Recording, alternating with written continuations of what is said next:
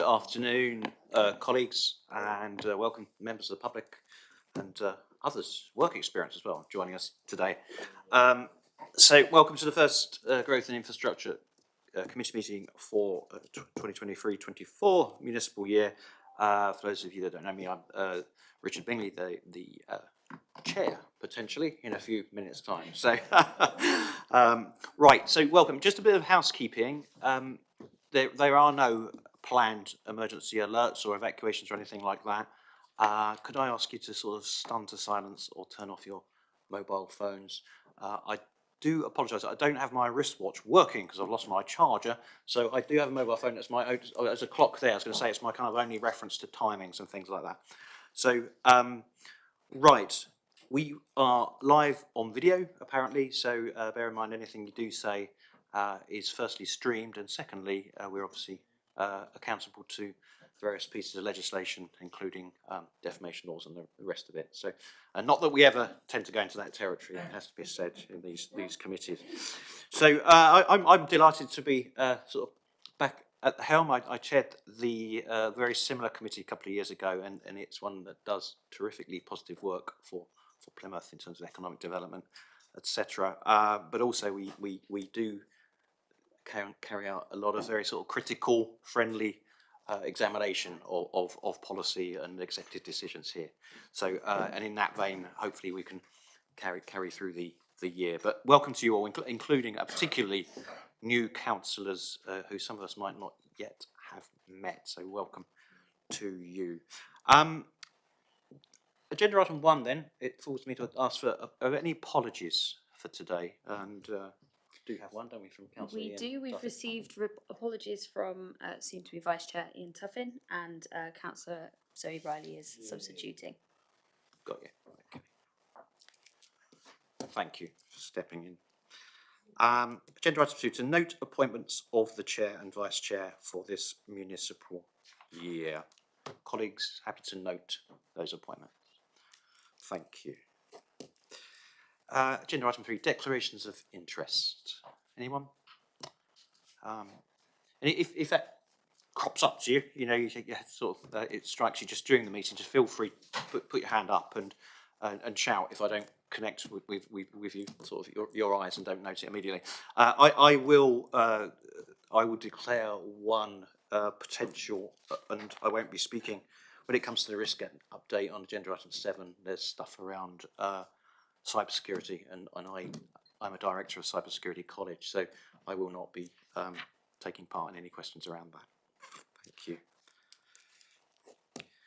Okay, agenda item 4, minutes from the last meetings actually, the 21st of February 2023, which was the call-in, and then the 1st of March 2023. Are we happy to agree those minutes? Thanks, Councillor Salmon. And thank you, Chair. Need a seconder, do we? One small thing, okay. Because I wasn't here last time I was overseas. Just a quick update, if I may, on the Net Zero Action Plan.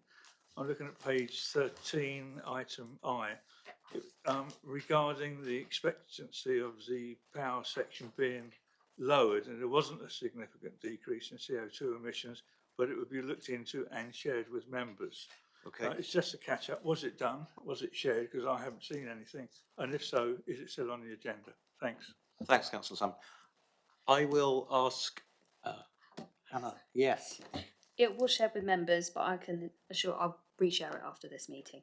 Okay. Fine, not a problem. Yeah, I mean that we've got a new configuration of members, so if we can share it with all members or the new members, that would be really helpful. Thanks. Good question.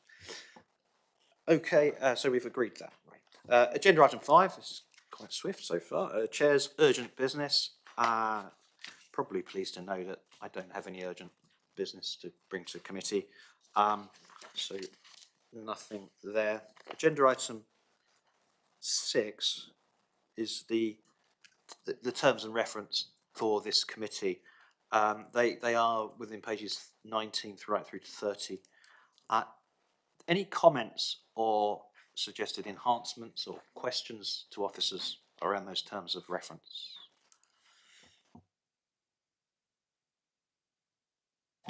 No, I think they're all pretty straightforward, and as they appeared to be a couple of years ago. Agenda item 7. So risk update, and we've got Ross joining us online. Ross Jago. Any questions? You'll see the report 31 through to 46 pages. Hi, Ross. Hello, Chair. So if it's useful, I'll probably just start with the purpose of this report.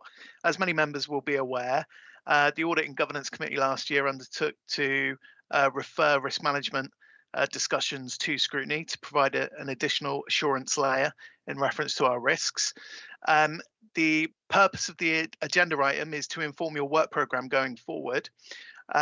The papers that you have in front of you at the moment are slightly out of date, and that's a quirk of our committee cycle. Updated risks will be produced for audit and governance at their meeting towards the end of this month, and would be happy to, of course, share that update with all of you later.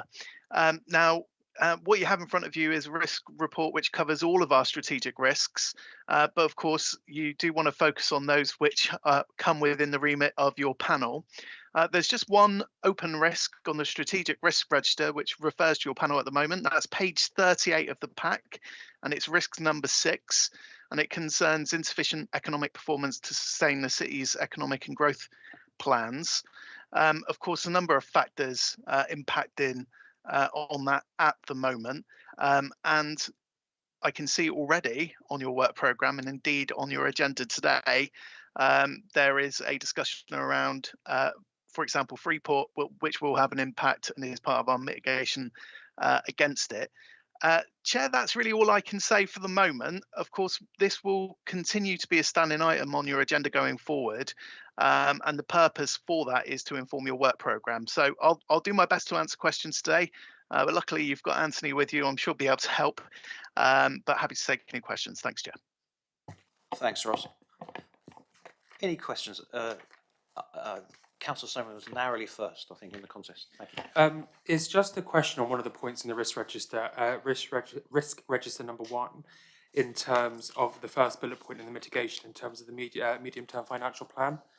Now, I know it doesn't necessarily fall under the remit of this committee, but as we've got the papers in front of us, can any update be given on the steps taken on the medium-term financial plan?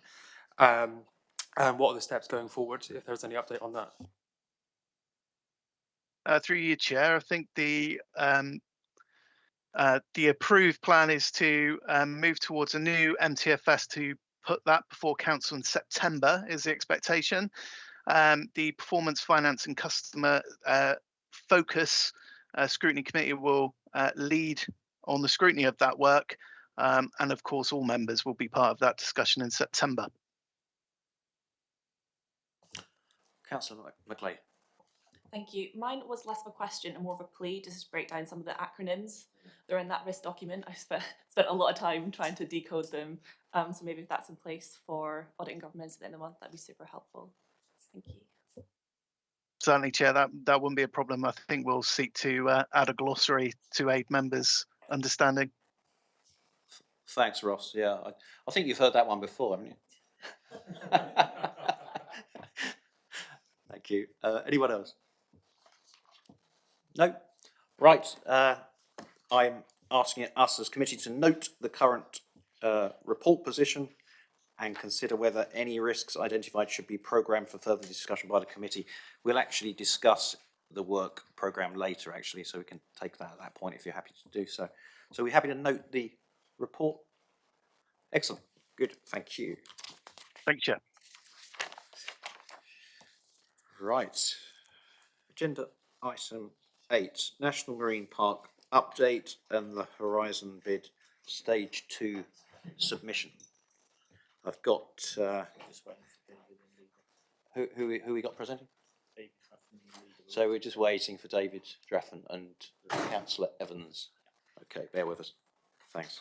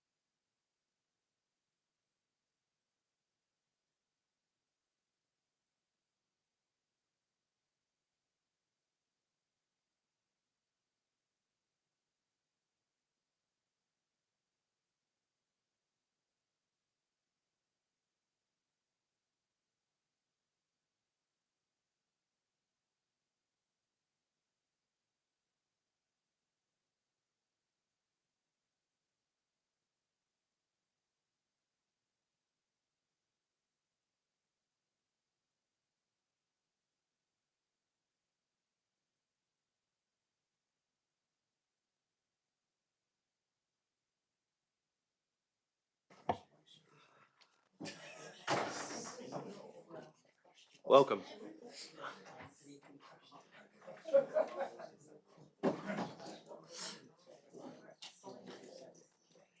So we've been running at a pace actually, so we've pretty caught you out of it, but we're already at agenda item 8. So welcome David Drathan, Director of Economic Development, Tudor Evans, Leader of Plymouth City Council, for the National Marine Park update, stage 2 submission update. David, shall I just hand to you first? Yeah. I think the leader's going to do a short introduction, and we've got, I should reassure you, a 5-minute presentation only. So we've got a very short update, yeah. So if you're happy to go, Tudor. Well, I will be in a minute. I was working on 1:15, so I'm a bit behind here, David, if I'm honest with you. So I can give you just. Oh yeah, I'm ready. You ready? Okay, I think great. I am. So, Richard, thank you very much indeed. If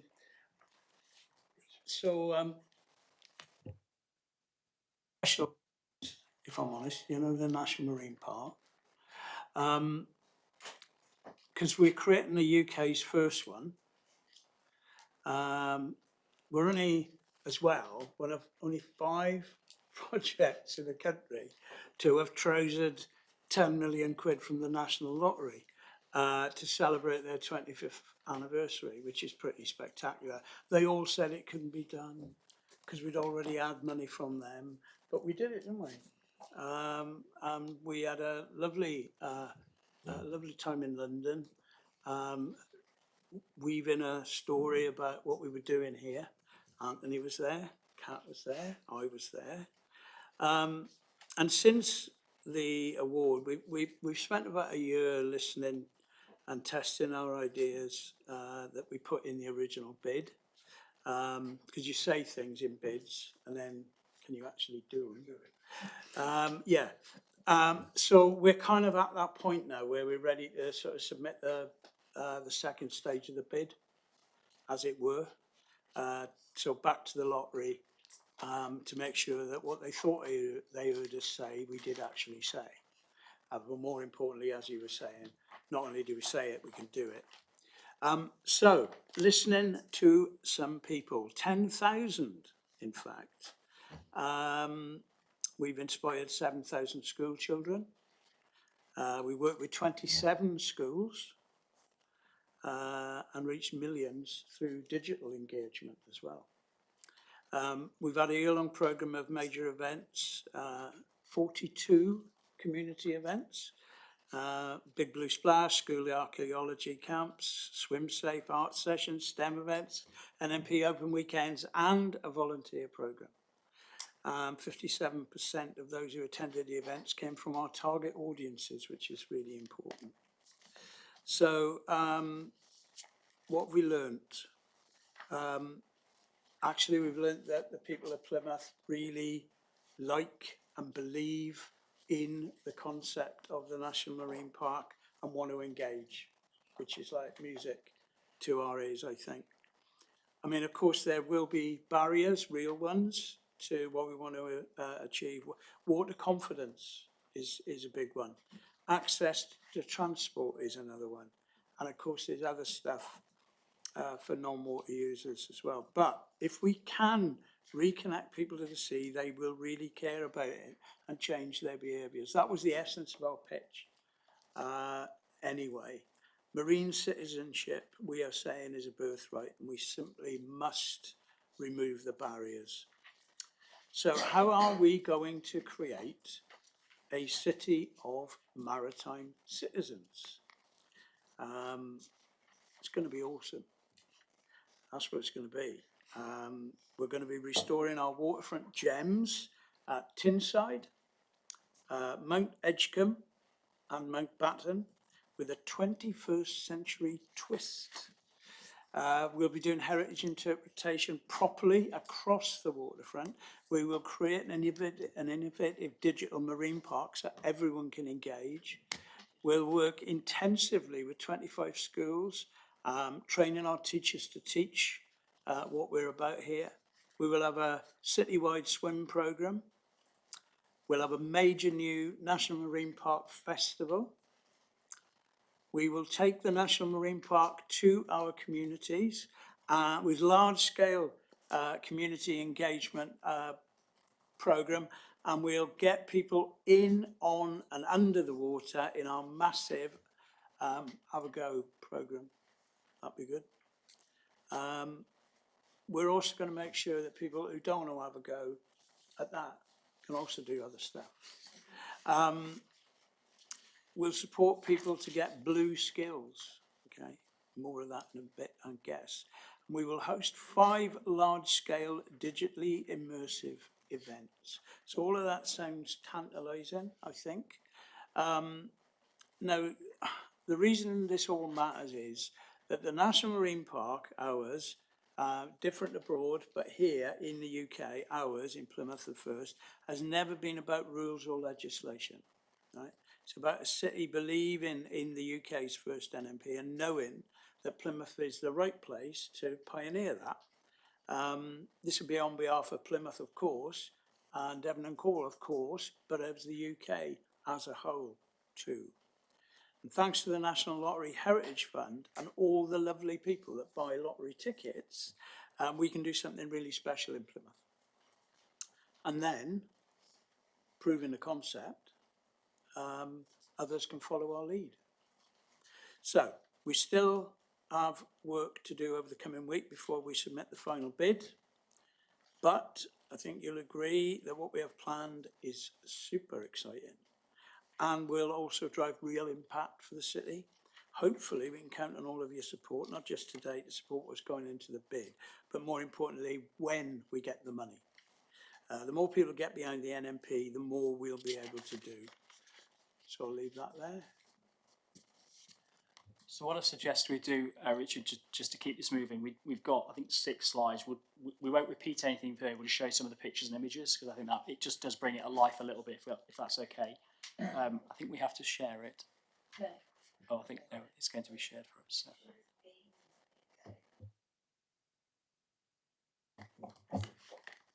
Thanks, Hannah. If you can go on to the next slide. So I won't repeat it, but you will have had this in your papers about the diversity of ways we've tried to speak to people. And the important thing, as Judah says, is we've listened, and everything that's going in the development, the delivery stage bid has come from listening to people, their aspirations, their barriers, and their ideas of how to solve them. So next slide, please. We've talked about the capital, so how we're going to bring these gems back to life, and we are restoring the brilliant stuff that's already there. So that's really important about bringing those gems to life, bringing them into the 21st century, responding to climate, and making sure that everyone can access the water if that's what they choose, or sit on the sun deck and enjoy it if they don't want to get wet. Thank you, Hannah. And as Judah says, the real thing is making sure everyone feels like they're engaged. So although a lot of the investment is going in at the waterfront, because that's where people can access it, the programme of activity lifted here is really going to be focused in the north of the city, in the west of the city, where we know communities aren't fully engaged currently, but have a real desire to. So this is about programmes of working with them in all sorts of different ways and with all sorts of organisations to make it possible for everyone. Thanks, Hannah. And so digital is going to be really key. As Judah says, our marine park is super special, but it's also super hidden under the water. So digital is going to be one of our really important tools about how we bring that to life. And that will be big, amazing, visionary projects, but also working on digital exclusion. So actually, if you can't get to the water, but also if you're not digitally accessible, we'll find a way of helping. So that will be done. The interpretation will be throughout the city to make sure all the city feels connected. And that, you know, this is a landscape and nature project. So there are projects all about how do we look after the wildlife in the Sound and how do we link people to that. Thank you, Hannah. Here we get there, lots of pictures. And then this is just a summary of the budget. You know, this is a significant programme, but we're also got a huge ambition. So we are spending every penny as wise as we can to make sure that that is really delivering impact on the ground. And although there's a lot of capital in this, this is really a project about the people. Unfortunately, it's very difficult to show change in people. So what we have got, thank you, Hannah, is some really great images of the inspiring places that we will develop. And all these designs have been designed. So this is the garden battery over at Edgecombe. Currently can't get in it at all. one person on the stairs at a time. But it will be turned into the most amazing heritage centre where people can get in and really feel what it would have been like to be in those spaces when they were built. Thank you, Hannah. So that's one of our hubs. This is, you know, iconic Tinside, and what could be better than having an amazing coffee and an ice cream looking out over that view. So it's been built to ensure it works with the lift system, and it's got a ramp round to ensure that everyone can get onto it. Thank you, Hannah. And also at Tinside, we're renovating the first floor, which has got some of the best views ever from a building, and that will be a really multifunctional space, working with our young people, very big focus in the bid about making sure that energy that's sometimes directed in an unhelpful way has a really great place to have a positive energy. Thank you, Hannah. And reinterpreting some of the other buildings. This is what we call Building B, but it's got a really nice, it faces the coast and it faces the pool, so it's a really multifunctional space. Thanks, Anna. We're going to do the same with Mountbatten Peninsula, massive transformation for a hub for the National Marine Park, both in the what's currently the Water Sports Centre, but also the really impressive tower, which is on the next slide. Thanks, Anna.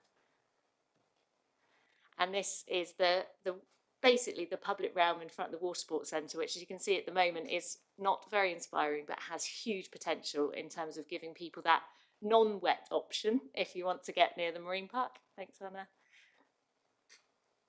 And this is the tower. So, you know, amazing history that we just want to make sure everyone can access. And the tower is not great if you don't like steps, but this is where digital comes in, because we will do a digital version that everyone can access. Thank you, Hannah. So that's the end. So just that really quick run through, but hopefully the paper's added some flavour to that as well. So what we'd like, Richard, from the committee is that we came about 9 months ago and said we were going to do a middle of our year of listening. So we've done that. This is the fruits of it. Obviously, it's in the report, the revenue and the capital programmes. We need to resubmit that bid to the lottery in September, and if successful, they'll go to their board in December and we'll get permission to start next year.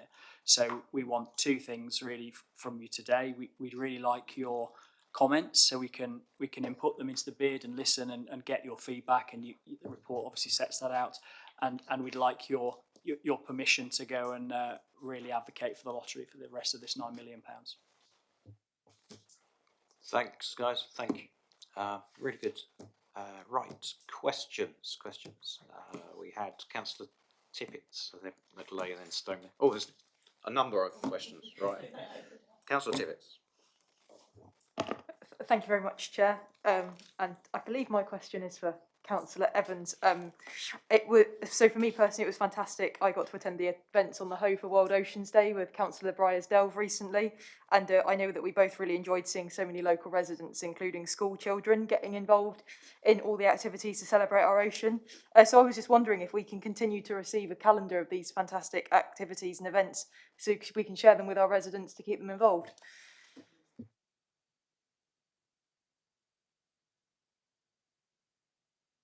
It's a really good idea to get everything out there. I mean, the thing is, at the moment, is we have a number of channels, and I think one of the things that we ought to be able to do a bit better is at least having one channel where everything's on. So that would be a good idea.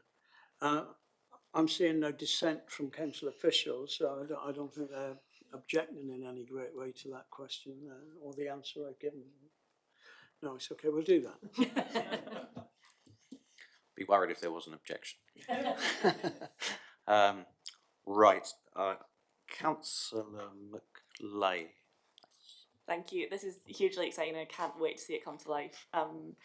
You spoke about engaging with 25 schools directly on an ongoing basis. I was just wondering how they're going to be identified and selected for that great honour. Yeah. Actually, I think we'll give that to. Would it be you, Kat? Yeah. Thank you. And just to reassure, we will want to work with all schools in terms of digital, but we wanted to have a really extensive programme with a number of schools. And all we have to do for the bid stage is set out the methodology. So obviously we're going to want to work with schools that currently have a desire to have impact with the National Marine Park, but don't potentially feel that they can. So we want to make sure that the schools away from the waterfront have a really good opportunity. So the number is to make sure that we have a an ability to work with quite a number of schools that have different needs and different demands, but the methodology will come through the bid process, and a lot are really happy that we spend time in the first year of the delivery phase working on that, because obviously we want schools to want to work with us, but we also want to reach those that feel that they've been underserved before. So we have a group of some of the councillors already that are on the cabinet that are really supporting us in terms of their portfolio to help with that methodology to make sure we get those right schools identified.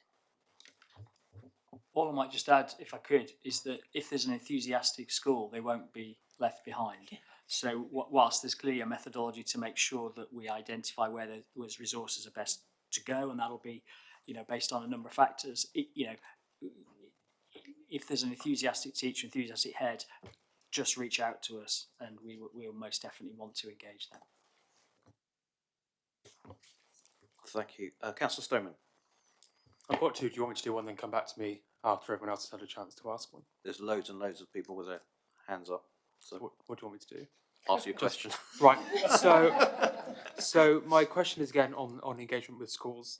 Councillor Evans alluded to the fact that our target audience has been reached. Was it 57% that you mentioned so far? So do we need to look at expanding that to see how we have have so much engagement with people who weren't our target audience? And also in terms of schools, instead of focusing individually on schools, we talking to the multi-academy trusts in the city about how we can engage with their wide network of schools across the city, especially those in the waterfront area who might not, whose parents and children at the school may not be able to access the waterfront facilities. Thank you.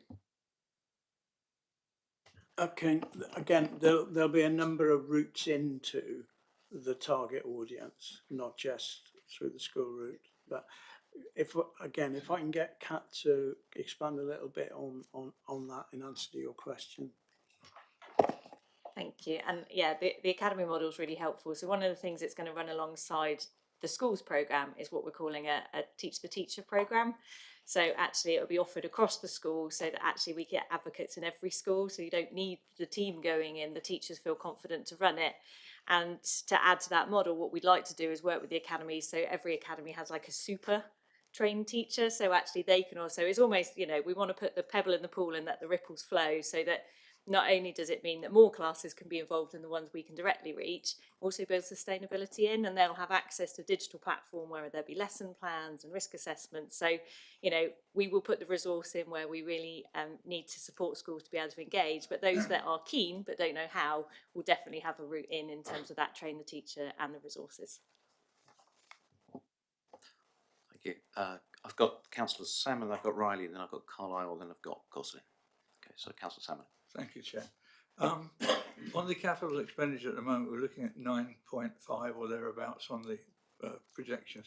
Is it possible to get a breakdown on that for sort of Edgecombe and Mountbatten and Tyneside, etc.? That would be good. Yeah, we can share that. Absolutely fine. Yeah. Thank you. And yeah, of course. I mean, the whole plan is fantastic. I mean, I'm also on the Mount Edgecombe committee, and to get that side of the water combined as well is fantastic.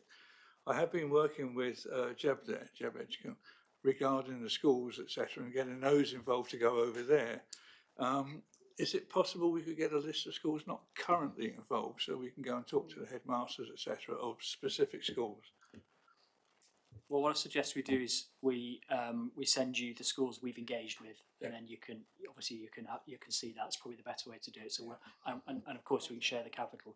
Just if I can, because I think it is worthy of note, the battery, and obviously you'll know from your time on the committee, is the most amazing structure inside. It is, and it reminds me of sort of a Da Vinci Code novel, sort of the basements of Looking for Dan Brown in the background exactly. somewhere. And I think this is partly what we're doing with the capital. Instead of spending sort of projects that are landing from Mars on grand projects, we're really bringing the gems that have perhaps not been loved enough back in. So allowing the Mountbatten Tower to be accessed for the first time. And when we've done open weekends for that tower with short notice and not brilliantly advertised, we've had 700 people turn up, and the tickets all sell out. So we anticipate that the same. There's a lovely story I can tell from that the the Mount Edgecombe Tower, because of course they were designed to create crossfire for the Navy. And if you stand in the Mountbatten Tower, it's perfectly framed across to the Mountbatten Tower. So and just amazing panoramic view that no one's ever seen. So and then of course you've got the saluting platform on top. So it really is, bringing the heritage of the city back into life. Okay, thank you, Chair. Councillor Riley. Hi, it's all really exciting as always when these pictures come up, David. So back in June, I was really lucky to be given an invite to the 360 film, the Immersive Dome, and I mean that was incredible. But that was for like really young children, 4 or 5 years of age, who live right by the water and never get to go or have don't get the opportunity to go and use it. And I was just wondering if there was an opportunity there, and if younger kids are going to get this, if it's just going to be 10 and 11-year-olds, or if those really young, because it was fantastic. They had it was brilliant. The stuff that came out of that was incredible. Thank you. The digital strand, the way we work the lotteries, we tell them how we're going to spend the money and the methodology. So once the 9 million's released, we'll obviously procure it. But I think it's not unreasonable to share one of the concept ideas for the first year as one of these 5 digital immersive events that Tudor alluded to is exactly that. It's to find a way of getting everyone under the water without getting wet, and whether that's done using programming the assets we've got at the box or the market hall, or us having hardware that we can give to people so they, the Oculus type goggles. So we're not sure how that will be done, and that'll obviously we'll have to procure that, but that's the idea for the first year that's been proposed to us by the consultants. So we'll see, and certainly the political steer could not be stronger about getting people under the water and seeing the nature. So I'm going to let if Lane, you want to comment on that. I know it's something you've led a lot of this space. Yes, thanks very much. So from our point of view, from the digital, we've got a strapline to understand what you cannot see, because one of the biggest challenges we have is that you see a big blue expanse and you have no idea what's under there. Not everybody wants to get wet, and actually the technology required to actually go under the water is actually quite challenging for many people, especially if you've got any kind of health conditions. And the plan is to use both flat filming and 360, which then enables us to put things into the dome at Market Hall and make those readily accessible to local communities, and to build basically an asset bank of digital assets that we can use at different places and spaces, and just share those as widely as possible. And through the work we're going to do with digital, there will be a very accessible platform that will mean not only will we be able to put content on, but actually people, communities and groups will be able to add their own content and share their experiences as well, so that we can actually build a great deal of momentum around the whole process. Councillor Caldwell. Thank you, Chair. I've got 2 questions, if that's not being too cheeky, because I got quite excited reading all of this. But one of them, firstly, by the way, very pleased to see Only Settle Creeks involved in that, because I do think sometimes north of Plymouth gets a little bit ignored, and I think Only Settle Creek is something that is a beautiful spot, but actually does get quite overlooked, so thank you for that. One of them is about the youth work patrols, with dispatched youth workers. You've had 22 patrols. What has been the outcome from that, and is there going to be anything ongoing? And the second question that I was going to ask is just because I was sat on Mountbatten, as David knows, for a little while, and I appreciate the problems and the struggles that we've had with Mountbatten, have we suddenly got a timeline in place? Because I think that's such an important factor that we need for the National Marine Park to start showcasing itself in the best way possible. Well, I'll just do the Mountbatten one very quickly and then pass it over. So I think the Mountbatten Centre is a bit of a sleeping gem, or it's a mixed metaphor, isn't it? But it's not. It really is doing some amazing work. It's not visible, and we had an amazing conversation, and you were involved in it. But recently about the lottery they don't invest in water sports. They invest in people's experiences and getting close to heritage. In our case, the water and the built environment. But actually, the Mountbatten Centre was never created as a water sports centre. It was created as an educational intervention for young people. That was its purpose through water sports. So I think this fits brilliantly. And what the investment does for the Mountbatten Centre is 2 things. it gives them a facility that can expand the amount of young people going through it. So changing rooms that are actually compliant with the latest standards, as you know, they're currently not. And that's going to be allow them to do so much more, both in residentially and day trips. But it also gives them an income stream, because we're going to massively expand the catering offer and do it really, really well. Funnily enough, the hatch that you've seen that they have was more successful than the cafe upstairs, which shows if you put things in the right place and the right offer. So, and that whole space to the next to the plan is in, so I can talk about it. The brown clad building on the outside will become the base of the restaurant, and the space directly to the left of that, which is currently the boat store, elements of it, will become the outdoor seating space. So that gives them the long-term sustainability. And then we also replace the pontoon with one of the problems of pontoons, you can't get two wheelchairs passing on it at the moment, so it's just not safe, it's not accessible. So we create a pontoon that allows them to do so much more. So it does two things. One, it connects people to the park.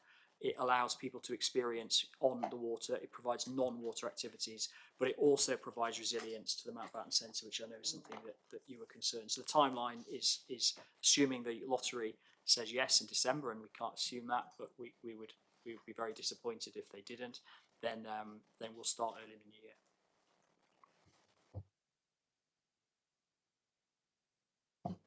Enfield. So yes, the Rangers have spent a lot of time actually with those patrols, and also working with the youth workers down there to try and work out and work with the young people to find out, you know, why they're doing what they're doing in those areas, how that energy could be pushed into a different location and different activities. And I think, you know, boredom, nothing to do, is, you know, idle hands and all that. So one of the things that's done is fed into the delivery phase bid in terms of the activities we'll run. So the Ranger programme we're proposing continues to give that extra resource, and we'll run activities that still give a bit of an adrenaline for those young people and things to do, but in a way that's, you know, not causing disturbance to others. So the thing that we've really learned with the patrols is what those young people, they want to be in that area, they enjoy that area, and they just need stuff to do that puts their energy in a really good place and supports them. But also they get quite interested once the Rangers talk to them. They're quite interested that, you know, they see what they've been either sat on or under, and they start seeing the nature, and they're actually really keen. And we need to make sure, and this is where the volunteer programme, the work experience comes in, if they then have a spark of interest, we can then give them a pathway to go somewhere else. So it might be that, you know, they suddenly realise they really enjoy being by the water. We can push them towards a volunteering programme, or we can give them some work experience, or a supported placement, so that actually it starts a really positive being by the sea, starts them in a direction that they can build skills and really grow from there. So it's been really insightful, I think, and it's been really important to spend that time with those young people and with those patrols. Okay. Yep. Councillor Goslin. Thank you, Chair. Yes, it's a really exciting project. The development phase was really exciting. I really enjoyed the events, such as a Big Splash event, and took part in that. And it's really good to see encouraging more people to connect to the water and go into the water. But one of the largest activities recently in the Sound was the protest organised by Surfers Against Sewage, where you had hundreds of people in the water complaining about water quality. So I'd like to ask if there's any aspect of this bid which deals or connects with that particular, speaks to that particular issue, because it's very nice having a national marine park, but not so good if it's full of effluent. So if you could speak to that, that'd be great. Thank you.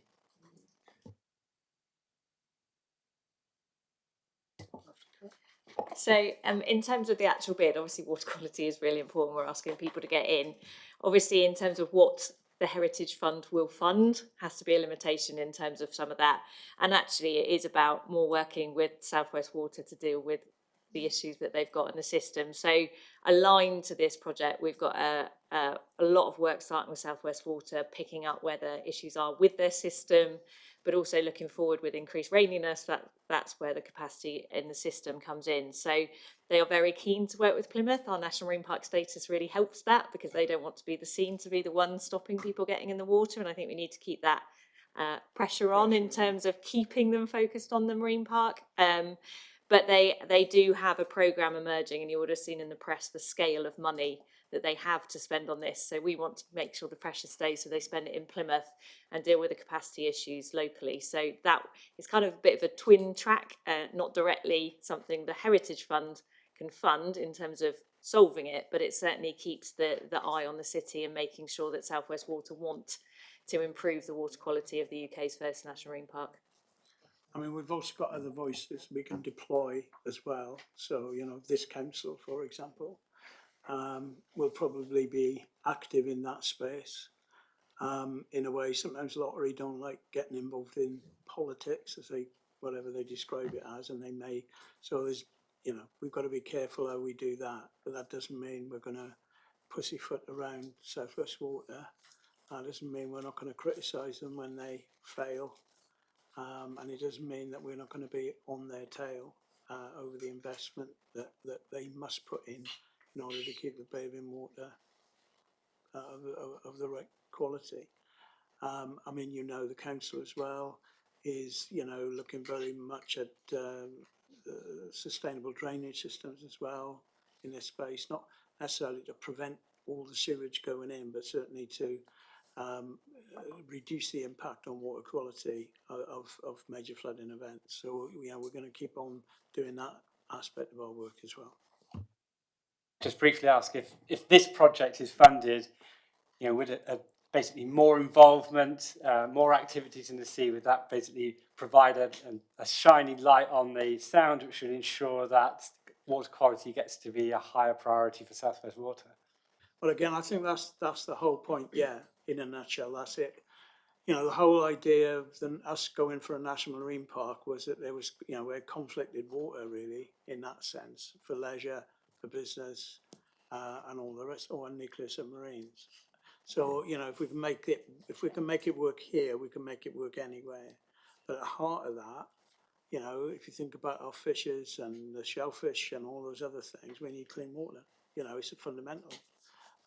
So, you know, we're definitely going to make sure that, you know, our marine citizens will care about it more if they're using it more as well, I think. And I think we were going, you know, back to the fact that we'd had a bit of disconnect. I mean, if I go back as far as the Mackey vision in 2020, he talked about us being the city that in 2002 being the city that turned its back on the sea.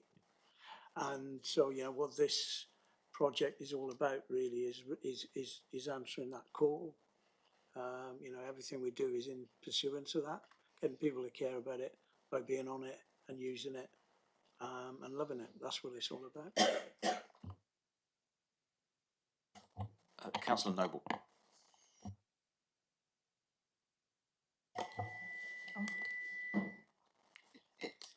It's good to see the investment at the Mountbatten Centre, the water sports centre there, because that's where a lot of people, canoeists, sailors, there's diving clubs. I used to belong to the canoe club there.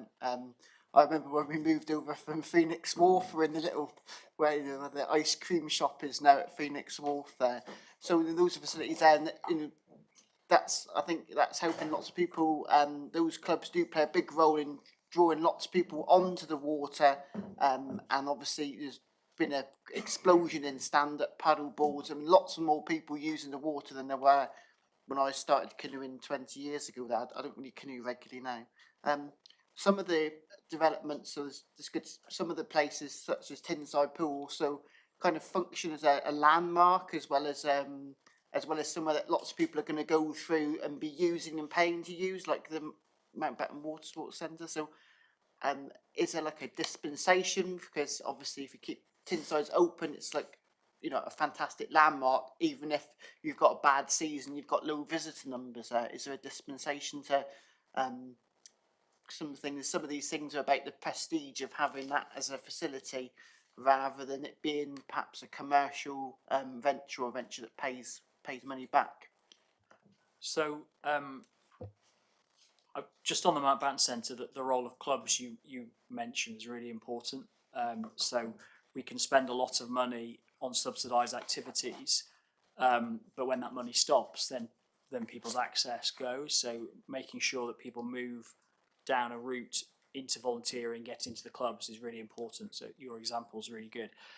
The lottery will assess our bid on its sustainability. So what no one wants is for us to spend money on capital and revenue, and at the end of the period, everything stops. So we have to explain how that will continue. So whether it's the Rangers or it's the activities, we have to explain a sustainable model. So part of that will be us having a creative approach to fundraising, and Elaine in particular, the Chief Executive of National Parks, done an amazing job in already putting in a huge amount of bids for trusts and foundations. So part of it will be income based.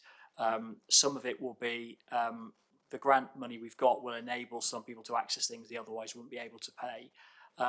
Some of the spaces we create will have income streams. So the inside there are effectively two sources of income. There's the terrace, and then there's the flexible space we create below, similar with Mountbatten.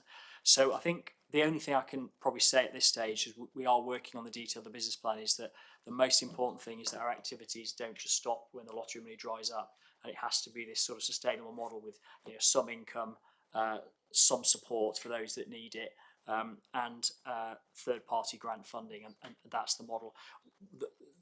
We clearly want as much access as possible, and paying for it will be a barrier for some people, and we have to figure that out. And that's why the volunteering route and the clubs is a really good route. Where, in fact, I'm walking past Tinside earlier today. There was a sub-aqua club.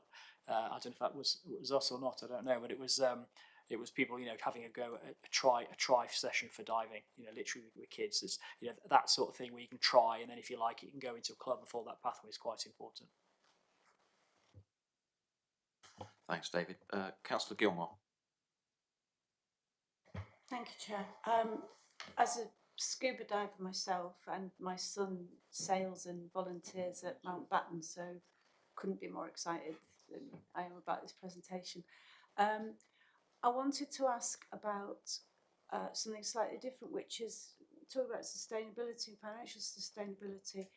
Thinking about tourism, whenever I get a visitor to Plymouth, I start off at Mountbatten and we take the yellow ferry across, because it's the best gateway to the city. It's such a good way to see Plymouth for the first time. And I wonder if you have thoughts in this plan in the future of it becoming a tourist draw, a way of bringing money into the city and using that. Well, I mean, the Mountbatten Centre itself,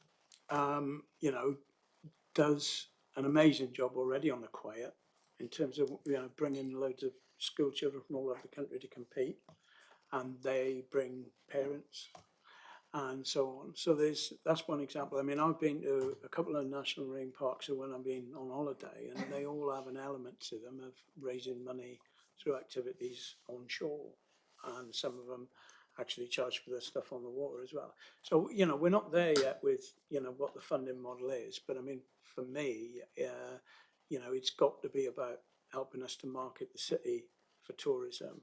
It's got to be about filling beds and bed nights, and it's got to be about sustaining a lot of the other tourist infrastructure that we've got that's desperate for numbers. So I think this is going to be part of our ecosystem for tourism. I think it's going to play an increasingly important part, and as the reputation of it grows, so it will be. I mean, in our plan for tourism growth, which kind of arrived at the wrong time, didn't it, for when it was COVID. But I mean, if we can sort of rediscover that ambition around turning day visitors into paying visitors, if we can, continue to get more staying accommodation, so if we've got that opportunity, then I see no reason why this shouldn't be the jewel, really, in terms of that tourist drive. Thank you. Councillor Salmon. Thank you, Chair. I've been superseded. I agree with Councillor Gilmore. She asked the same question, also being a scuba man. So. Great, thank you. Okay, well, good round of questions, and thanks for the presentation. I think, we say this a lot in Plymouth, but a lot of hard background work, research, draft presentations, different plans, and it's sort of, what is it now, 4 years? 4 years. Yeah. So you know, that we're just about to sort of bid for the second tranche, and so good luck with that. And but just that it is the power of cross-party working. You know, it's focusing jointly, strategically on the big wins for Plymouth, which is what this is all about, whether you're in cabinet or whether you're in committee.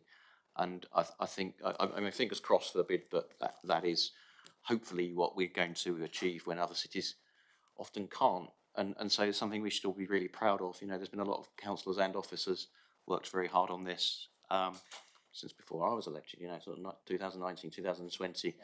And so it has been a big set piece of work for the city. So well done to everyone that's been involved. That is not to prejudge what we're about to vote upon or recommend back to you.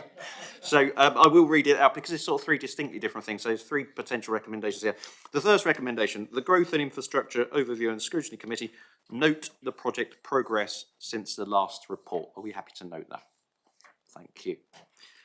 The second, the committee endorsed the approach to the delivery phase bid of the NMP Horizons project and supports submission of the bid in September 2023. Are we happy to support that?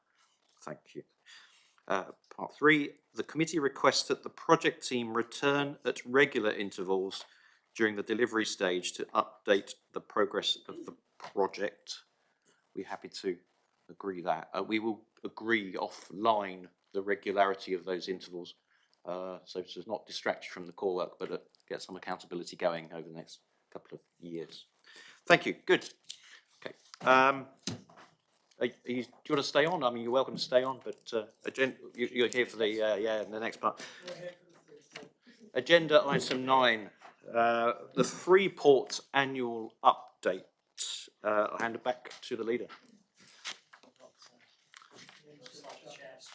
Okay.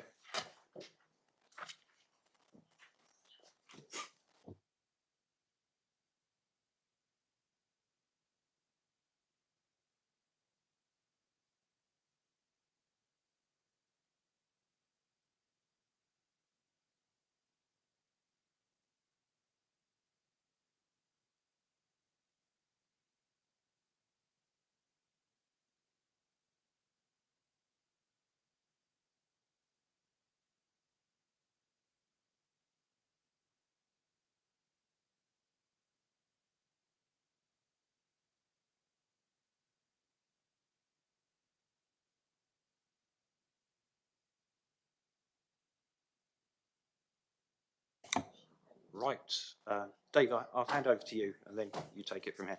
We can do exactly the same as last time. Actually, we're going to do Lee's going to do a little update, and then we've got a 5-minute presentation, no less, no more. So we'll do exactly the same, if that's okay, Richard. Joined by a stellar cast, Chair. As part of the governance of the Freeport, Scrutiny gets an annual update from the Freeport Company. You may, however, be thinking that you recognise some of the people here, and you'd be right. Ian Cooper used to work for the Box. So you might have seen him there, you might have seen him here. And I'm delighted he's now operations manager at the Freeport. The Box's loss is definitely the Freeport's gain. And of course, Nina's with us, and James too. So whilst this is the formal update of the company, I do want to say a little bit about why I decided to bid for a Freeport in the first place. I've been explaining this a lot. Also, of course, I do support it enthusiastically. There are people who have got some concerns nationally, it's important to explain exactly why our Freeport needn't concern you in any of those conspiratorial regards. Our Freeport is really about continuing what we already do in Plymouth. That's good growth, it's about green investment, it's about net zero, it's about well-paid jobs, it's about innovation. That's it, really, in essence. It ain't about taking over large swathes of Dartmoor and relocating all the waterfront businesses to the middle of nowhere. What it is about turbocharging what we've been doing for a very long time. And so the Freeport we can use it to unlock national opportunities. I mean, for example, when I attended my first meeting of the Freeport the other week, I was able to go on at length about the Celtic array, or rather the importance of the Celtic array to Plymouth and the opportunities that's there, and why, for example, if we don't press on and sort out something to do with the national grid down here, they're not going to be able to take advantage or plug it in. And so it's really important that we get a real momentum going behind that. So that's why I was delighted the other day, as well as the Freeport chair itself bigging up that and taking that forward. The Great South West agenda this week, last week was also, we were able to have a good discussion around the state of the grid. So that's really important. Anyway, give you a sense of where our Freeport is different. So Carlton's 10 megawatt hydrogen hub project at Langage. That's the first of its kind in the southwest, and earmarked to enter operation in 2025. That's going to help Imerys and Sibelco achieve their sustainability goals. Babcock already got a £40 million contract in partnership with Devon Defence vehicle designer and manufacturer Supercat. This contract will deliver 90 new jobs and enables Babcock to expand its operations in the Freeport South Yard tax site, with an initial order to manufacture 70 Jackal military vehicles. AVP port improvements will utilise £1.3 million of Freeport seed capital plus private sector match to facilitate higher volumes of freight and increase short sea shipping potential. We also have an exciting capital programme funding of 55 million, including 2 new council direct developments, one at Ocean Gate and one at Langage. Private sector investment is expected to reach nearly £250 million, bringing in total investment to over £300 million. And we're planning for 3,584 jobs, that's a very exact figure, you needn't, from inclusive starter roles through to high value technical roles. So we're saying 2,745 of those jobs will be above the average wage nationally, which is much better ratio than normally you see in Plymouth. 10% of the jobs created to be filled by inactive claimants and people are registered as unemployed, and we'll be upskilling between 300 and 500 people every year.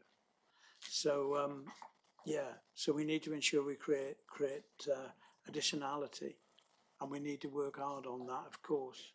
But I hope you agree these numbers are looking quite good so far. So I've finished. Who wants to go next? Ian, would you like to do your bit? And Nina?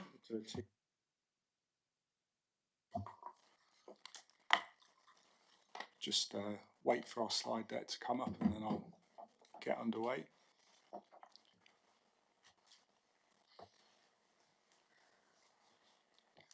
Okay, so afternoon everyone.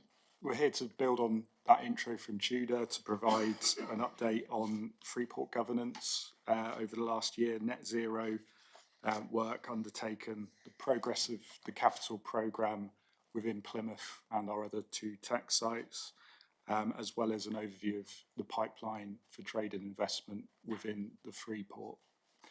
Next slide, please.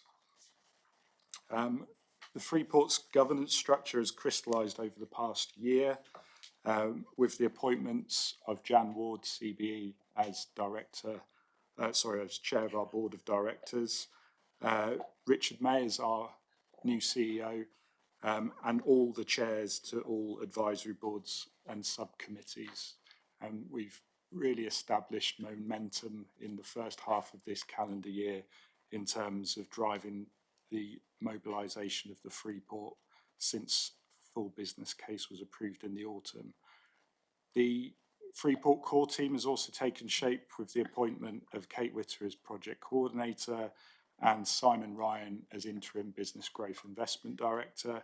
And we're in the process currently of appointing a permanent business growth investment director this summer to begin as soon as possible. My role as operations manager has picked up functions pertaining to the programme management, the seed capital in particular, for a more streamlined structure. And I also oversee the work of the Net Zero lead to embed this strategic priority across programme. Next slide, please. As Tudor mentioned, the centrepiece of our net zero agenda, which is ambitious and far-reaching, is our green hydrogen plant. It includes the 10 megawatt plant at our Langage tax site that developer Carlton Power are bringing forward. And as has been mentioned, Sabilco and Imries have already agreed partnership agreements. There is planned potential to increase capacity further to up to 40 megawatts in line with future demand to support the decarbonisation of industry. This major scheme is earmarked to enter operation in 2025, the same year as two key Plymouth City Council investments related to the Freeport. And I'll hand over to James Whitelock, Head of Oceans Gate, to just take you through those two. Next slide, please, Hannah. Thank you, Ian. Just before we go into the detail of the two schemes that the council is bringing forward, I just need to go back a little bit to the business case for the Freeport. The council's element of that comprised of an innovation centre, a substantial scheme for which we had secured 7.2 million in seed capital. The Innovation Centre required levelling up funds to complete our funding bucket, but we were informed in January that we were unsuccessful with our £10 million bid for levelling up. So what we've had to do is rescope the project at Oceans Gate significantly, but make sure we still use the seed capital that is available from Freeport. So we've carried out an options study and come up with a rescoped scheme, but it's quite modest in comparison to the large scheme that we were proposing. The upside of that, though, is that we can split the seed capital between a scheme at Oceans Gate and a new one at Langage, which is a scheme that the council's land and property team have already brought forward to the point of having planning consent, and it's ready to proceed. So, they were stuck with a viability gap. What we're able to do now is a more modest scheme at Oceans Gate, but also we can fill that viability gap with the seed capital at the Langage scheme. So the scheme that's on the slide is what we're proposing to do at Oceans Gate. It's a development of workshop units. It's 1,700 odd square metres of workshop space, and the funding of that will comprise of 3.2 million of seed and roughly the same in match in service borrowing that the council will take out, subject to usual approvals. Okay, can I have the next slide, please? This is the Langage scheme. It's known as Beaumont Way. This is a larger proposition to the Oceans Gate scheme. It's about 3 times the size. It currently has been taken through design and has planning consent, so it's ready to go out to tender, subject to plug in the funding gap, which the seed capital will do. Combined, the two schemes bring us back to close to the number of jobs that was promised through Freeport, and both of them will deliver high quality workshop space and follow the economic growth agenda for the city. Thank you. Thanks, James. Next slide, please, Hannah. Thanks. So our trade investment strategy is running in parallel with our capital programme to establish an international hub for trade. Supporting businesses to bring forward custom site at their premises within the Freeport outer boundary is a key priority. One business in the defence sector has a custom site near ready to activate in the autumn. A second business manufacturing innovative electronics technology has commenced their HMRC application, and 3 other companies have submitted or intend to submit their expressions of interest to HMRC. Our tax site trade and investment initiatives are also gaining traction, and on the next slide, Nina will take you through progress on that. Thank you, Ian. So I look after our inward investment and enterprise and business support activities for Plymouth. And as you would expect, I work very closely with the Freeport team in supporting any inquiries into Plymouth. So what you have in front of you is our trade and investment pipeline across all 3 sites, all 3 tax sites, that is. The current pipeline table you've got there shows you anonymously the sector for each company, what they actually output, the skills and talent implications for their investment or trading out of the Freeport site, and our percentage likelihood of landing them and getting them to a formal occupation agreement. So it's really good to see that we have demand from our key sectors of marine and defence, and there's significant demand there. The list is anonymised and sensitive. We work under commercial negotiations and often sign non-disclosure agreements to land these sometimes internationally, globally relevant companies and bring them to Plymouth. The leader has mentioned Supercat. That is one of our successful landings in Plymouth already.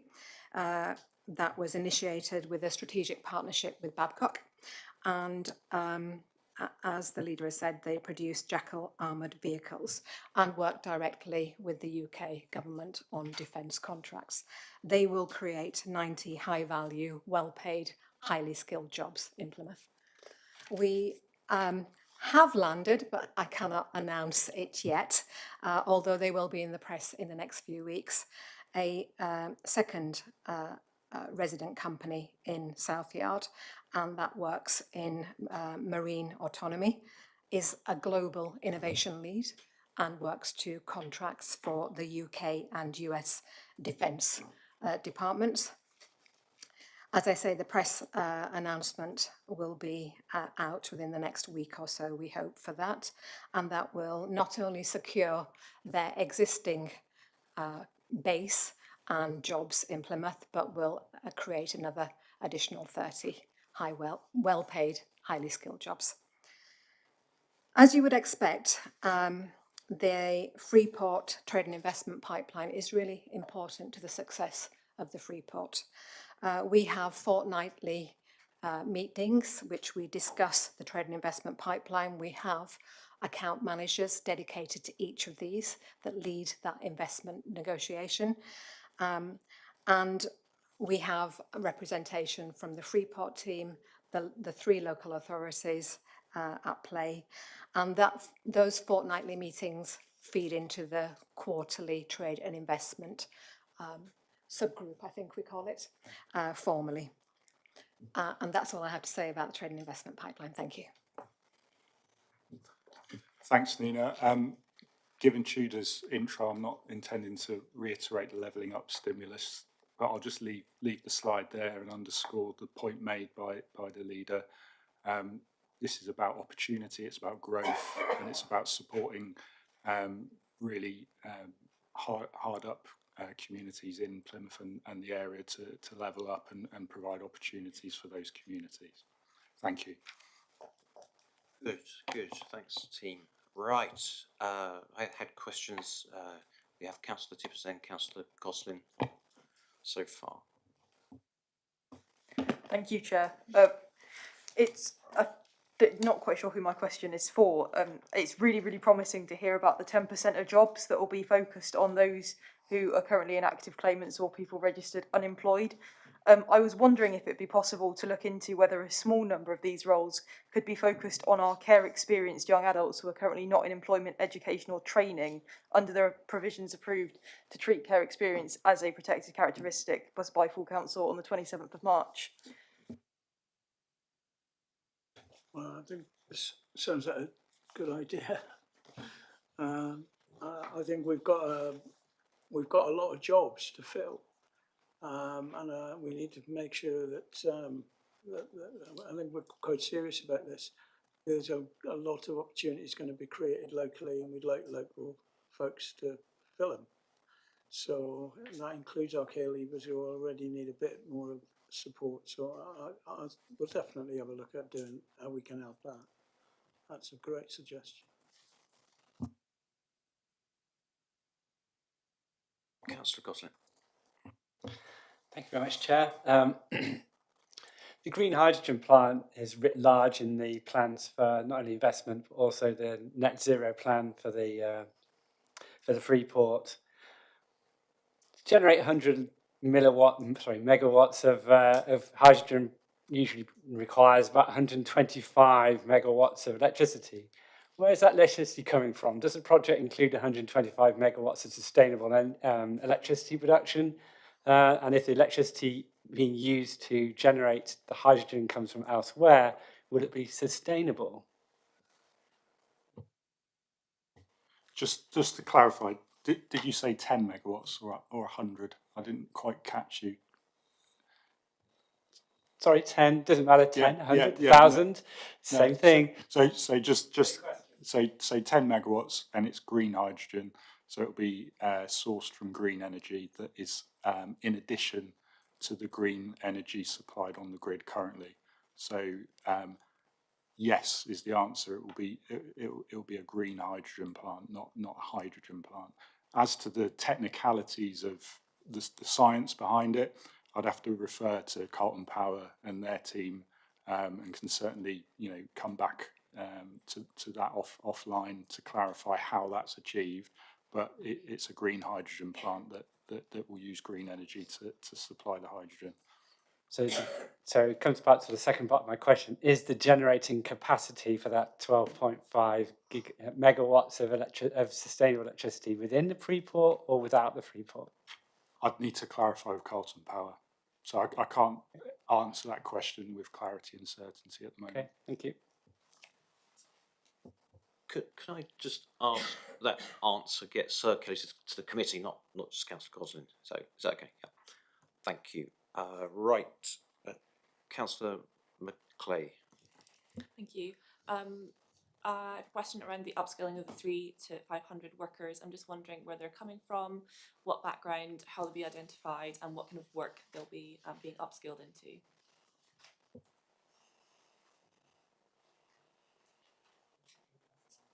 So I was just noting the previous question to action. So the skills, primarily the biggest challenge to us is around shipbuilding, with the requirements for the Freeport and the projected jobs in that area and the current skills landscape. So we're working with partners as per our skills plan that's within the full business case, to map in the first instance those skills gaps. And as I say, shipbuilding is a key one.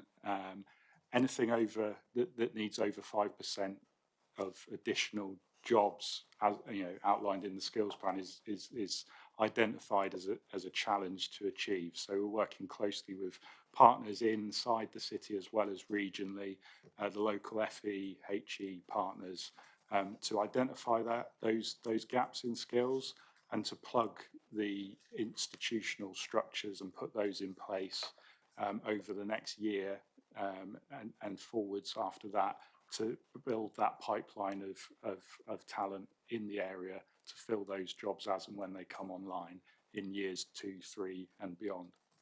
Could I give a practical example of that? Would you mind? So, so shipbuilding is in terms of a classification, but actually when it manifests to Princess Yachts, it's carpenters, for example. So there was a conversation in the early iterations of the Freeport about Princess Yachts saying, actually it's the availability of carpenters that's going to hold back some of their growth trajectory. So what came out of that, and the Freeport was a facilitator, was a collaboration between City College and Princess Yachts in and around PK Barracks, which is in Devonport near the Princess Yacht, which has delivered 100 so far, as I understand it. So that's a very practical collaboration, and the Freeport's role is both in I guess being the stimulus for that investment in the first place, and then being the convener and the collaborator of those conversations. So actually that's been a great practical example of accelerating, where the college was very, very responsive to the need and said, okay, there was some funding that came from the city to support that as well. Through the sort of COVID recovery grants, we used some of that money. And the other thing to remember here is that, and Tudor alluded to it, is that Freeport again hasn't landed from Mars. It is been the game plan for some time. So if you go back, I can't remember how long it would be actually, Leader. If you go back to our city deal, which was the iteration, that the Freeport is just a natural continuation. So part of what we're able to do is not just say to Ian and his team that only the resources that you have are the relatively small resources in the Freeport. We've got all of the skills team that Tina has, the economic development team that Amanda and Nina has, and all of that resources is deploying. And we've had that drumbeat for several years. It's not easy because those skill shortages are national, and you can't, you've got to grow your own, but you have to import skills as well. And there's obviously a national shortage. So if you speak to any employer at the moment, it's really acute. But what the Freeport gives us is that stimulus, and that's been really, really good. But that carpenter example is a really specific one. Thank you. Councillor Stoneman, I've got Councillor Gilmore, then I've got Councillor Noble. Thank you, Chair. Can I just ask quickly that the presentation circulates because some of it was very, very difficult to read, because I'd like to have a look at that in more detail. My question's on the net zero aspect of the Freeport. For the past year, part of my cabinet portfolio covered climate change, so it's great to see that the Freeport is looking in detail at net zero. Being one of the first Freeports in the country, or the first Freeport in the country, is there scope to make Plymouth stand out more on the map by highlighting to other potential Freeports across the country the work that we're doing on net zero, to show and put Plymouth on the map, that we're excited about the example for green hydrogen, and to show that it is possible, and show like best practice to other parts of the country? Thanks for that question. Yes, and we're already doing so. So there's a range of forums that the Freeports around the country are participating in. So the SRO Forum, Senior Responsible Officer Forum, that our CEO attends. There's net zero forums that have been established by central government to facilitate learning and crossover applications between Freeports. And the overarching principle of UK Freeports is not to function in competition with one another, but to support one another's activities, to share knowledge, because overarching the whole agenda is to boost UK PLC and economic growth for the whole country. So as you're right to say, the first Freeport, designated Freeport in Plymouth and South Devon, we've led the march on a range of issues, net zero being one of them. We've spoken about the green hydrogen plant project, and the leader has alluded to the floating offshore wind Celtic Sea opportunity for Plymouth. And for Plymouth, that's around the hotbed of innovation that James outlined in regards to Oceansgate, but more broadly that campus approach within the city, leveraging the existing talent and expertise, and focusing that around the marine autonomy research and development, to take that opportunity forward for the city. Councillor Gilmore. Thank you. I'm going to just return us back to what David and Councillor McClay and Ian were talking about skills and streams of skills coming through.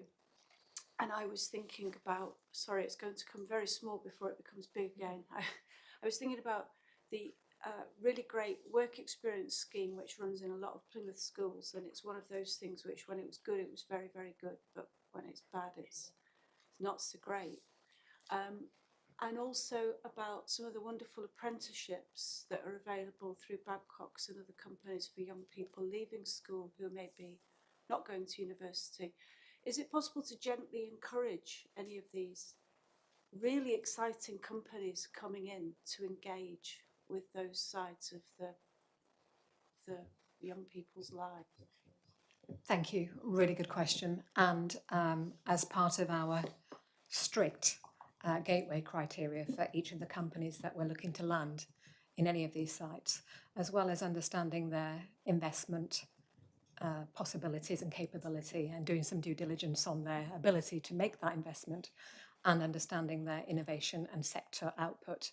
We ask those questions around their engagement, around their apprenticeship appetite and current evidence, as well as their work experience, and also the innovation and inclusivity around that. So to go beyond the norm around some of those questions.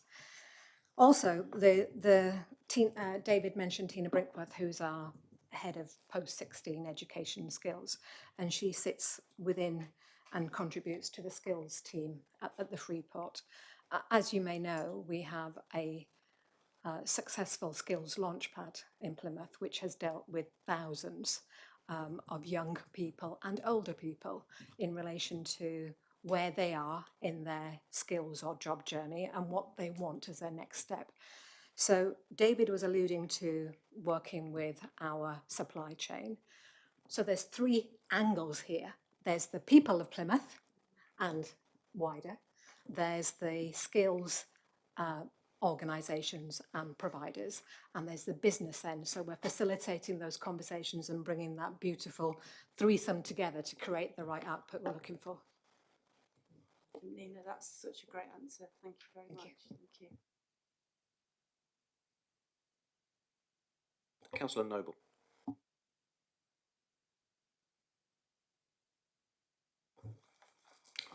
The Freeport's, there's the tax break element. That's all Freeports, you know, if you go back in time to the colonial ones, and then, you know, the Shannon one in Ireland and subsequent ones, they offered a different, within that area there was a different you know, rules, if you like, and that's what attracted people. It's quite good to hear that you're looking at the other reasons like cluster and the skills that people offer here, that attracts people as well, and obviously the infrastructure things that are going in. But could you just describe what the custom site operator is, and how whether that's who define, how does a company get that, and you know what does your Freeport company do to assist, or are you part of license? What's the process for that? So because that's quite an important bit. That's like the you know, the part of attracting people, and how does that work? Sorry. That's a very timely question, so thanks for that, because we're really pushing on driving that interest for businesses within the outer boundary of the Freeport to take that customs opportunity if the circumstances are right for them as a business. So essentially it's support that we can provide. So we're aligning our activity with the Chamber of Commerce as well as Plymouth Manufacturers Group to get the message out. So we've recut our webpage to explain really precisely the customs benefits, and there's a link there to then submit inquiries. Essentially, we can facilitate with that initial conversation, and then we encourage businesses that show that interest to then submit a simple one-page form to HMRC. That expresses their interest, and then a HMRC account handler then contacts them to start that conversation via a Teams call, and then a site visit, and then an application once it's established that the business wants to proceed. It's a great opportunity. Unlike the tax benefits, it's not time sensitive.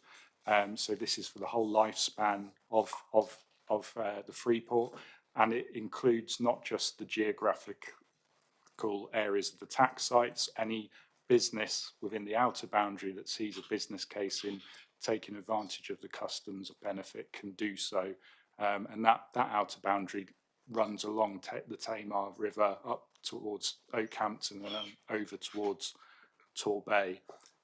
It's not about encroaching on any spaces in Dartmoor, etc. A custom site is anchored to the business in question within their premises. It can range from the size of a tennis court, a closed-in space if the operation is modest, all the way to a tens of thousands square feet facility.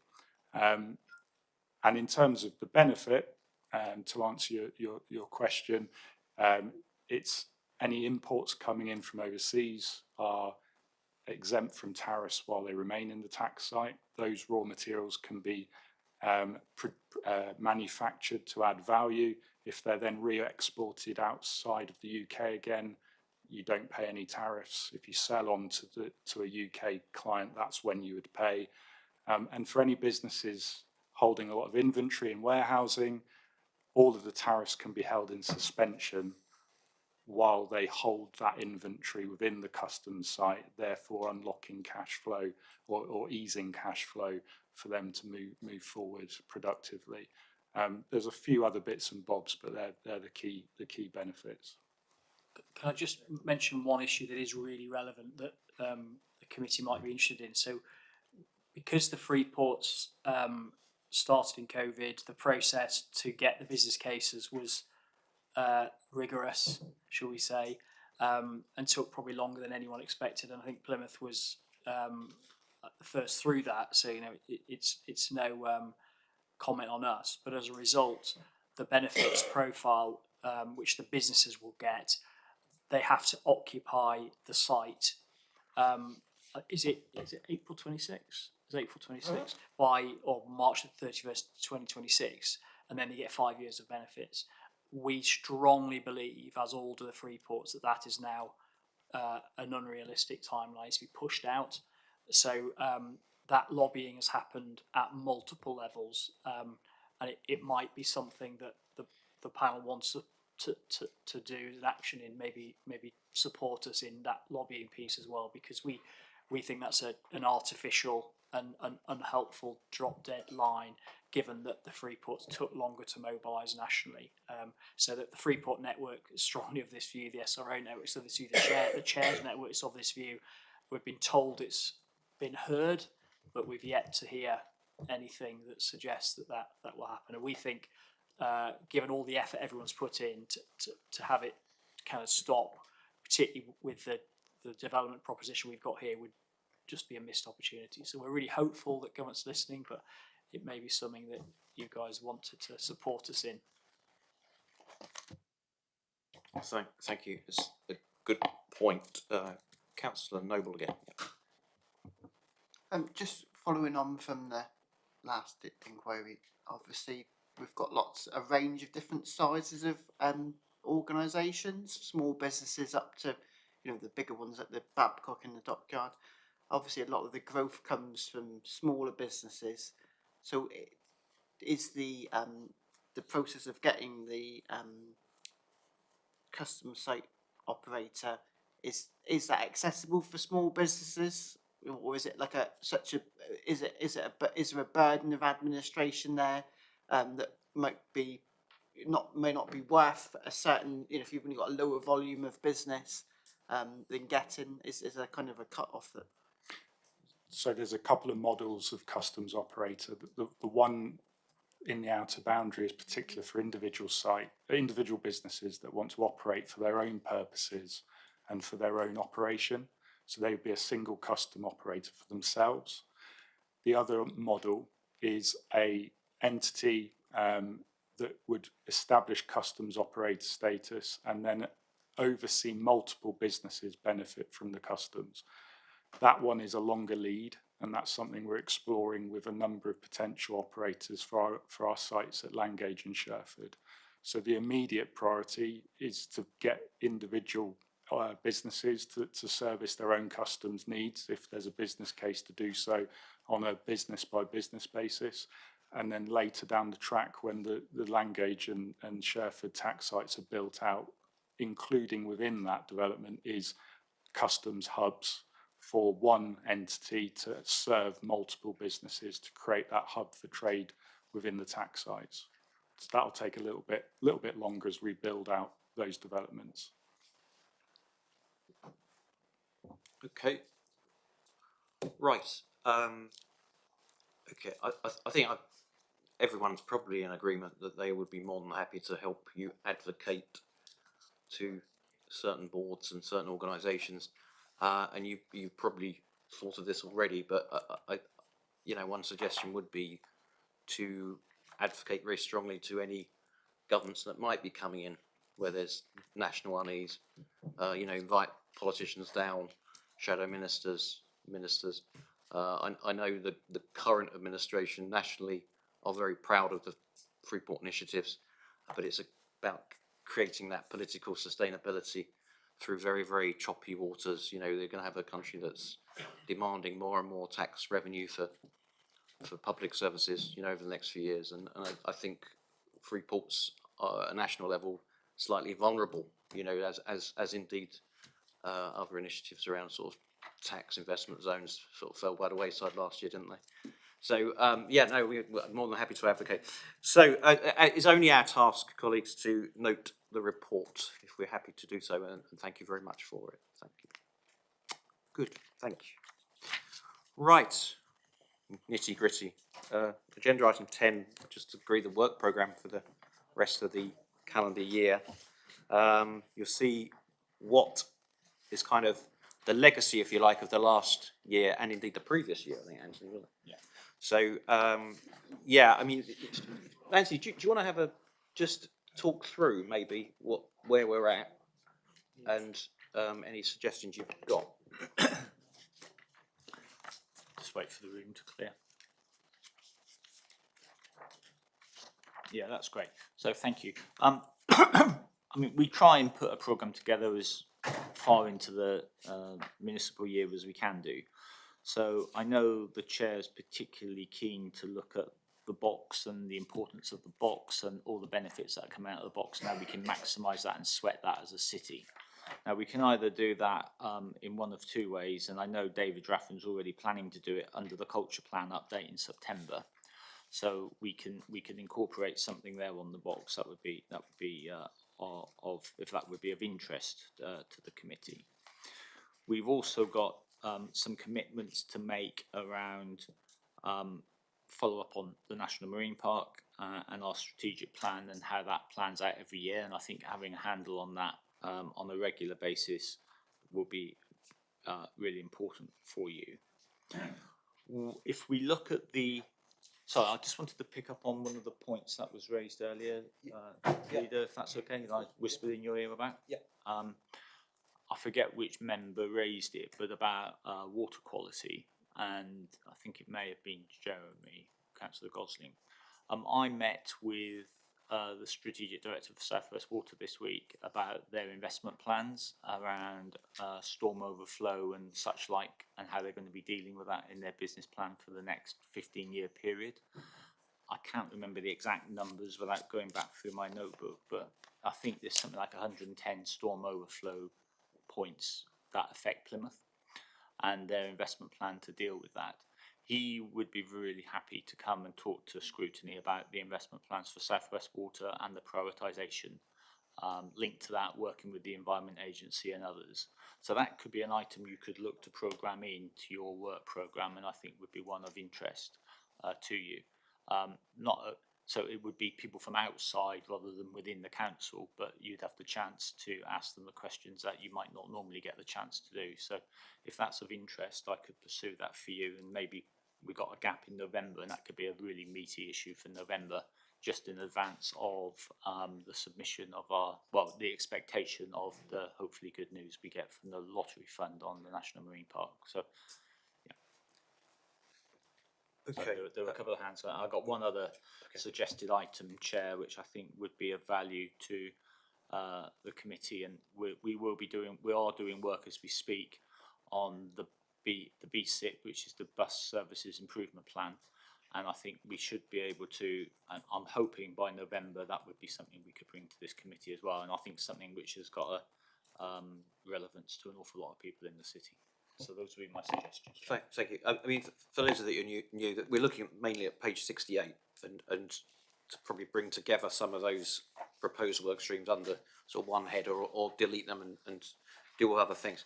So I think on that one, Andy, you're prepared, the top three there, where it relates to bus service provision, we just have an overall examination of BSIP, right? Yeah, the I best think, service I improvement think plan. rather than look at Yeah. those as individuals, I'd put them together under the BSIP proposals, and then you can widen the debate through questions and answers. And that would be a good way of encapsulating a lot of the issues around bus services. We happy to do that? Yep. So there's that, and then I saw a couple of hands up. Forgive me if you want to re-raise your hands.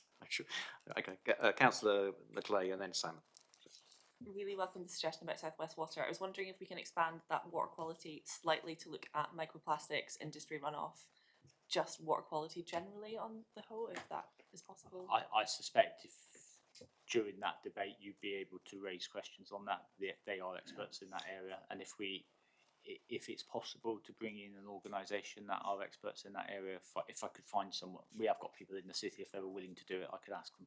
I think that is a good suggestion. I mean, with scrutiny, you would usually look Plymouth wide anyway, not necessarily at a specific thing. So I think that's sensible. If we say, Plymouth wide examination, that is good. Councillor Salmon. Yeah, it's just through the chair, if I may, if Anthony can organise this, can I propose that we pencil it in for November? Because it's so important, along with the National Marine Park and everything else. So can we sort of memo that in pencil? I will do my best, Chair, to bring the people together for that. Yeah. So when we go through this now and what we agree, we will then circulate a new draft work plan to you. So you've then got it, and then you'll have it in the next agenda as well when we push forward.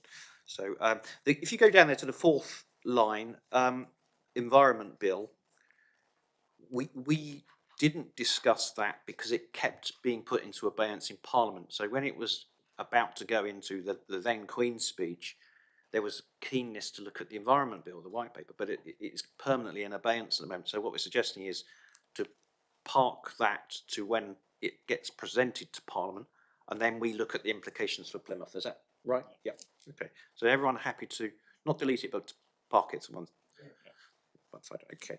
The next one we are advised not to look at this point because there's new leadership, but pretty much we're in the same legal situation where it says commercial estate, including Plymouth Airport. We are in a legal process around that issue. There are a number of NDAs, and we simply are in the process of trying to acquire the land. That's our legal position. Until we've got the land, we can't really then announce what the policy is. We, as a scrutiny, you can't examine that policy until the leadership has decided what they're doing with the land, should they acquire it, and we win the legal pathway. Is that so? It's okay then to park that. Thank you. Okay. The next one, habitat banking vehicle update. Anthony, you got a suggestion to widen that out because that was quite a specific. That was around green investments, wasn't it? We're going to perhaps look at. Well, one of the options we can also bring forward at a point in time, which is for your consideration, is a broader economic update and a broader update on green investment in general, and our plan for growth. One of the priorities of the administration, one of the top 5 priorities is a green investment fund, and I think we could look at that as a whole and how that contributes to economic growth, and time that at some point which is appropriate throughout the year, and at a point where you've got maybe a bit of time in your agenda. Happy to agree. Sorry, Councillor Simon. Just on that really quickly. When I was cabinet member last year, we talked about the adaptation plan to follow the NZAP. Is there any way that could be fitted in alongside that? Because it would be talking in terms of green funding, if that could be looked at. I'll come back to you on that, Councillor, and see if we can think of a way of doing that. Just for those that don't know what NZAP is, Net Zero Action Plan, right? Okay. Well, actually, the Net Zero Action Plan is an item on the forward plan, I believe. We have an annual update on the NZAP in February. I don't know if it is still the plan, but before the new administration took over, there was talk for an adaptation plan and a mitigation plan to follow along after that to be done this year. So when that is done, could that be slotted in somewhere along the way? Yeah, I don't know what the timing of that would be and when the best time for that would be, but we'll look at that. Yeah. And then when it comes to Chelsea Meadows Solar Farm annual report, we've got a delay on that because of the delay in the supply chain. You explain.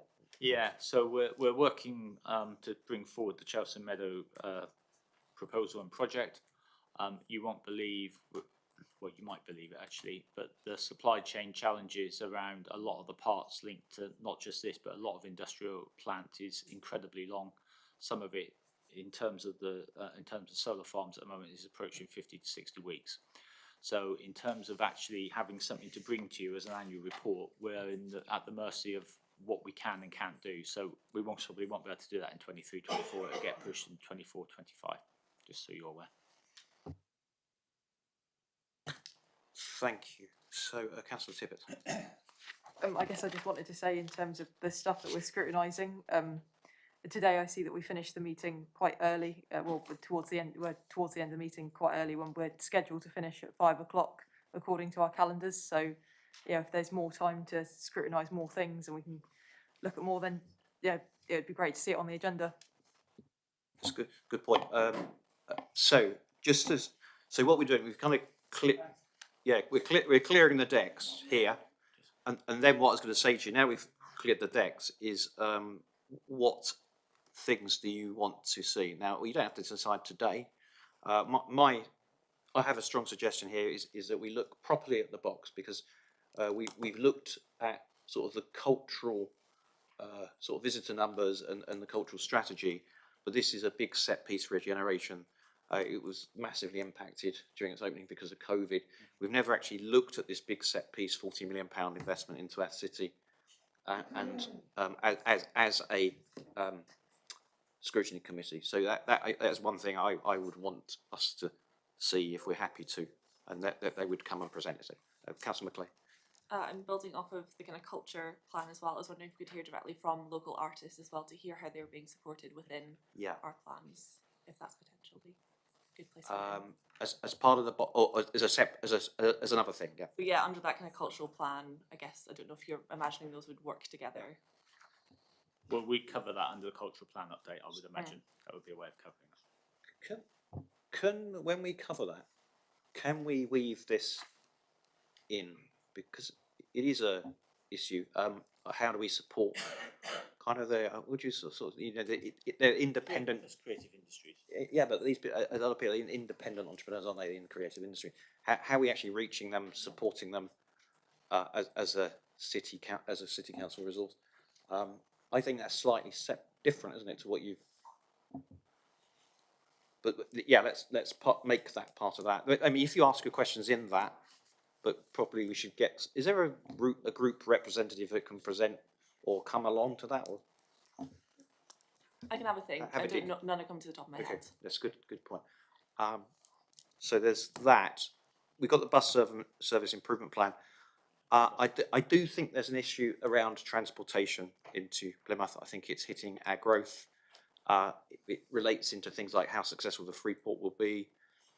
We talked a few weeks ago around the potential of a university investment zone. I don't know where those discussions are at with the university and the council anymore, but the point being, it's quite difficult to get in and out of here at the moment sometimes, and I do think we need to, I don't know if you sort of work some words, Anthony, but look at transportation provision for people and businesses in Plymouth. So we're not just looking at buses, but we're looking at the big transport arteries, the highways, the trains, the bus service, the regional bus services. Well, one option is to look at the work of the Strategic Transport Board, the STB, and how we can influence their priorities and their thinking. That might be something I'll pick that up with Paul and see if there's a way of bringing that in. Sure, good.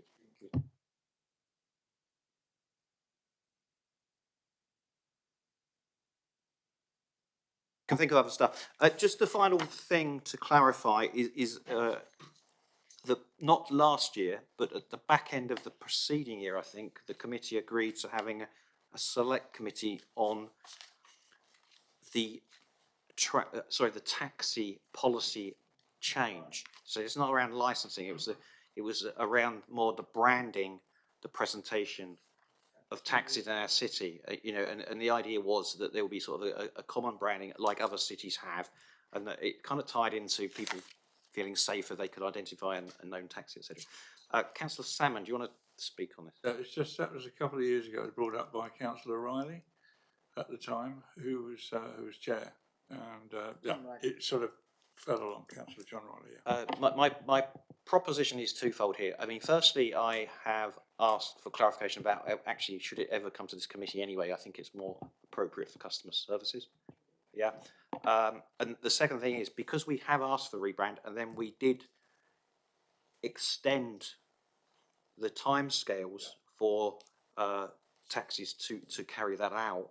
We're not at a position to sort of measure any impact anyway or call for evidence. So if the committee is happy, if we can put that into the remit of the Customer Services Committee to agree on or take forward or not as they so choose, but for us not to look at that as a select committee for this year. Are we okay with that? That was the general direction 2 years ago. Yeah. Thank you, colleagues. Really appreciate that. So that's that decision. Agenda item. Could you clarify something for me, please? It's on your sheet here, your minutes. So page 26, it says 8.